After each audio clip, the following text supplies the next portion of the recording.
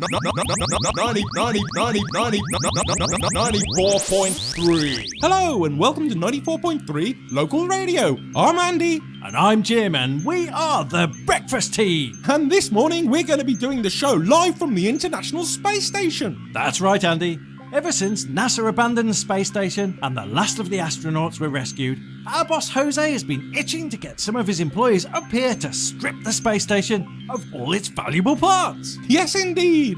So we've been sent up here with a hammer and a screwdriver with orders to bring back any equipment that looks expensive or top secret. And thankfully, because we're doing this in space, we're not technically stealing because there's no laws that cover space. That's right. We've been assured by Jose, our boss, the same maritime code that applies to international waters apply in outer space, saving us from any charges of theft or illegal salvage.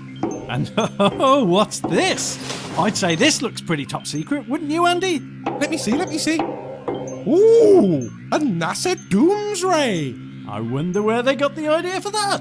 Well, I can certainly think of one local tyrant who would love to get his hands on it.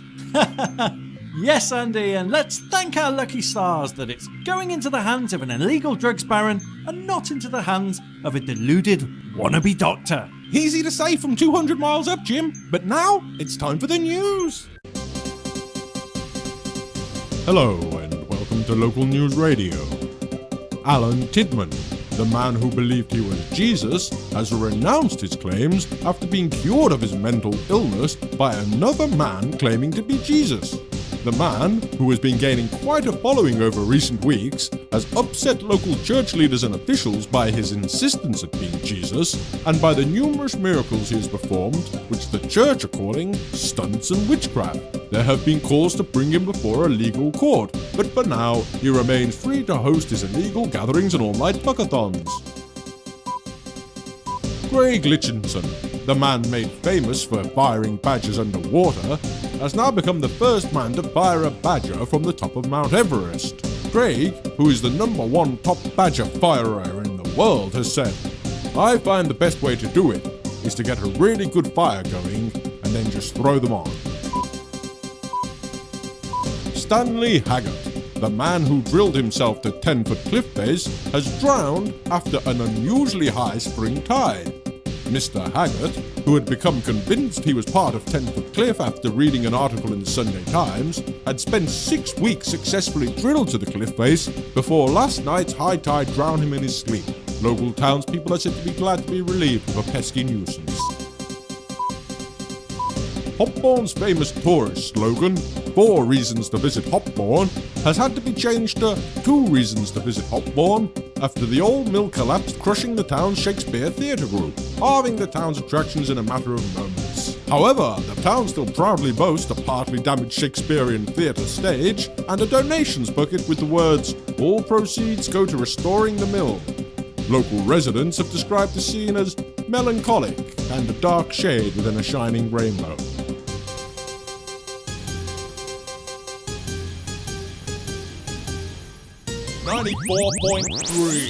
Hello and welcome back to 94.3 Local Radio. And for today's show, we're in orbit around planet Earth. That's right, Andy. And here we are in the abandoned space station, dangling hundreds of miles above the surface of the planet, floating in terrifying isolation. Actually, Jim, we're neither dangling or floating, but are in fact constantly falling towards the planet itself, but at such a speed and angle that we will forever miss the horizon. Well, fantastic, Andy. That makes me feel a whole lot better. And, oh my, what's that down there I can see?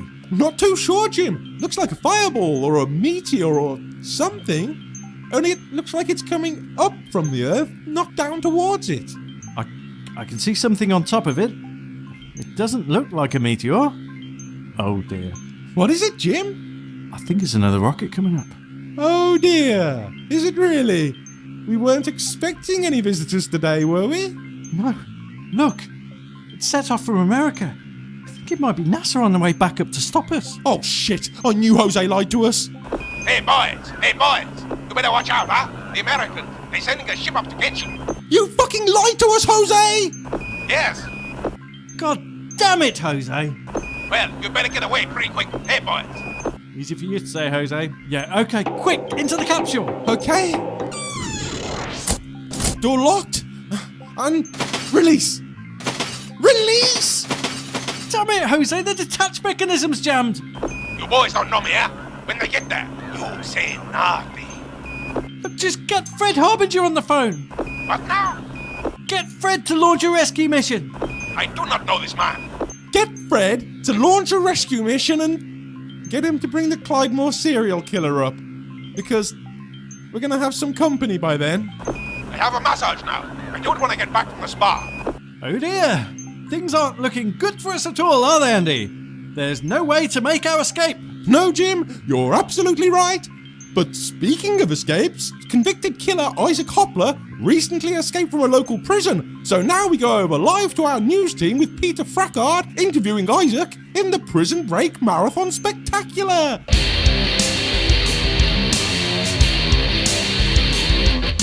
Hello, I'm here with escaped serial killer Isaac Hopler. Hello, Isaac. Hello. Now, you've been on the run for 3 weeks, haven't you? Yes, Peter, that's right. I've had a lot of good fortune and I hope to keep it that way. That's very modest, but it's not all down to luck now, is it? Well, no, a lot of training has gone into this prison escape.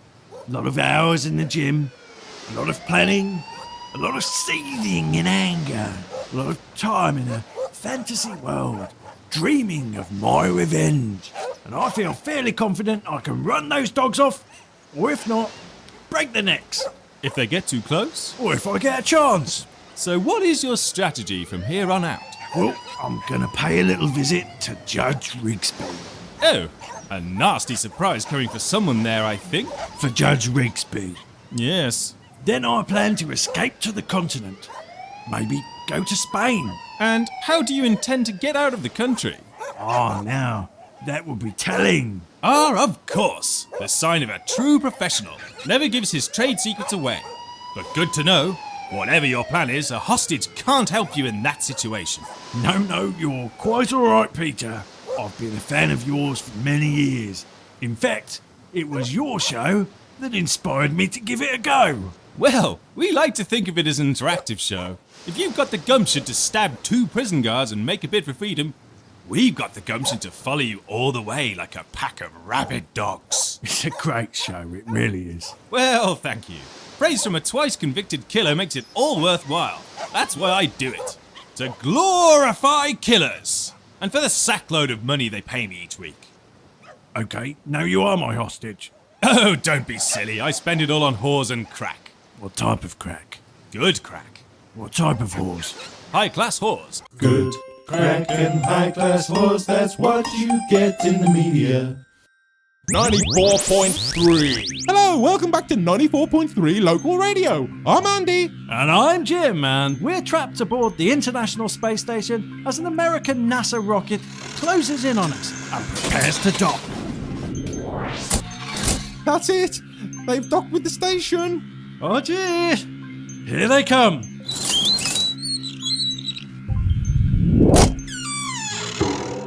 What the hell do you guys think you're doing up here? Hello? Who are you? I'm NASA astronaut Buck 501. Who the hell are you? Well, I'm Andy, and this is Jim. This International Space Station's under the jurisdiction of... Hey, where's the control deck gone? And the monitor feed? Hey, where the hell is all the equipment gone? Ooh, I don't know. What's in those boxes there? Nothing. Goddamn nothing, my ass! Open those boxes up right now! There's really nothing in them. Let me see. Monitor, operations, live feed, science. Okay, you got the whole damn space station in here. Oh. What were you guys planning to do? Just rip it all off?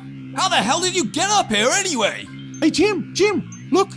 Lights down below. Oh, looks like Fred's on his way. Fred? Fred Harbinger? Oh, now it all makes sense. He sent you up here to steal our stuff, didn't he? No. But if he's got a passenger with him, I'd advise you all to get back in your shuttle and leave right now. Leave? We're not going anywhere. First of all, you guys are going to reattach all of that equipment, and second of all, you guys are coming with us to answer for your actions. Well, we would love to, but unfortunately we've got a radio show to do, and a maniacal boss that monitors our every move. So now, what with all the accusations of abuse and the counting back down on Earth, we're going over to a new fun time show presented by 80s children's TV legend Bobby Bopper. Hello, Bobby, and how are you doing? I'm doing great, boys. Absolutely fantastic. A little bit worried about the rumours that have been flying around, but I'd like to reassure all you boys and girls listening out there that they're completely untrue. Sign of a guilty conscience. So, who's on your show today, Bobby? Well, we've got a handsome young boy who's tipped to be the under-12 figure skating champion. And what a beautiful figure he has. And then, later in the show, I'll be meeting two 8-year-old twin brothers who have just qualified for the National Youth Wrestling Team. And they'll be showing me how they did it. We'll also be taking a long, hard look at the local youth swimming. Excuse me, sir. Oh, yes, officer, yes, I didn't see you there. Listeners, I've just been joined by... You are Mr. Robert Horatio Bopper, are you not? What? Who's been talking? You're being arrested for 80 counts of sexual violence dating back to the 1980s. Was it Petey? Was it Johnny? Was it that little slut, Timmy? Or one of the other 15 kids I fiddled with? 94.3. Oh, and thanks to a tip-off from our friends at the police, we were able to bring you the arrest of a prolific sexual predator. Live on 94.3. That's right, Jim. And we're still here over 1 million feet above the Earth, aboard the International Space Station, with some very angry astronauts. Where is the NASA Doomsray? The NASA what now? Don't play dumb with me, boy. You know exactly what I'm talking about. Captain Buck, sir. What is it, Randy 304? My name's Frank, sir. There's another spacecraft approaching, sir. What the hell? It snuck up on us from the backside. It's ready into dock, sir. God damn it, what the hell's this now? Who the hell is this? Hello. It's Fred Harbinger. And the Clydemore serial killer. Yes, hello, boys. I think perhaps you had better let them go, Mr. Astronaut. A gun? What the hell have you got a gun for in outer space? Oh, this isn't a gun. It's a dildo disguised as a gun. Just what the hell do you think you're going to do with that? I'm so very glad you asked that question. Well, that's about all the time we've got for on today's show. So as Fred, Andy and I shelter in the return capsule while the Clydemore serial killer carries out his grisly business, it's time for us to pass it over to the lunchtime crew. And just as soon as he's done, we'll be returning to Earth and returning to your radios tomorrow morning. So from the... What? That was quick. Hello, boys. Mission complete. Oh. Okay. Oh, don't worry. I didn't kill them. I made them kill each other. So, let's pass it over to the lunchtime crew.